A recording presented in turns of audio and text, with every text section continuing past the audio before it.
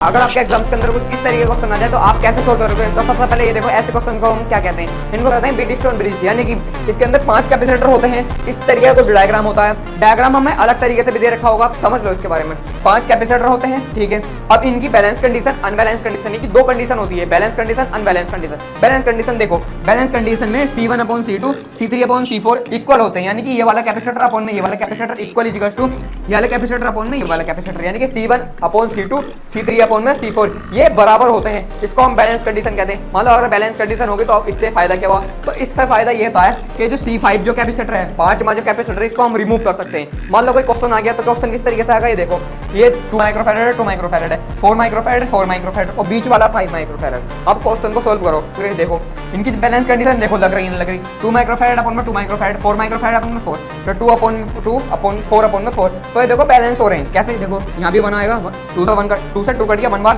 4 से 4 कट गया 1 बार, तो 1/1 इक्वल्स टू में 1/1, ये बैलेंस हो गए, इक्वल हो गए ना, तो बैलेंस हो गए। अब हम क्या कर सकते हैं, इस 5 माइक्रोफैरड को रिमूव कर सकते हैं। अब जब हम इसको रिमूव करेंगे, तो किस तरीके से चमकेगा क्वेश्चन, तो कुछ इस तरीके का क्वेश्चन हो जाएगा हमारा। अब देखो सोल्व कैसे करोगे, 2 माइक्रोफैरड कौन से कॉम्बिनेशन में, सीरीज कॉम्बिनेशन में, एक ही तार पर लग रहे हैं ना, तो लगा दो 2 microfarad are in series combination. Formula क्या, अगर देखो एक ही तार पर 2 ही कैपेसिटर है, सिर्फ 2 ही, तो उनका फॉर्मूला क्या होगा, C1 C1 प्लस C3। ये वाला फॉर्मूला भी लगा सकते हैं, दूसरा वाला भी लगा सकते हैं, 1/C1 प्लस 1/C2, ये भी लगा सकते हैं। लेकिन अच्छा रहेगा कि आप यही फॉर्मूला लगाओ। अगर 2 ही कैपेसिटर है तो 2 ही कैपेसिटर सीरीज में, तो लगा दिया फॉर्मूला सीरीज वाला, तो 2 × 2 प्लस अपॉन में 2 + 2 इक्वल्स टू क्या है, 4/4, तो इसको काट दो 1 बार। तो ये जो सीरीज वाले में जाए, ये वाले 2 माइक्रोफैरड, इसका क्या है 1 माइक्रोफैरड आ गया। अब नीचे वाला करो, ये भी सीरीज में है, ये भी सीरीज में, 4 सीरीज में, तो लगा दो फॉर्मूला C1 C2 अपॉन में C1 प्लस C2, लगा दिया 4 × 4 अपॉन में 4 + 4, तो 16 अपॉन में 8 आया, 8 से काट दो 16 को 2 टाइम्स कटेगा, तो क्या है C इक्वल्स टू में 2 माइक्रोफैरड। अब यहाँ ध्यान से समझो,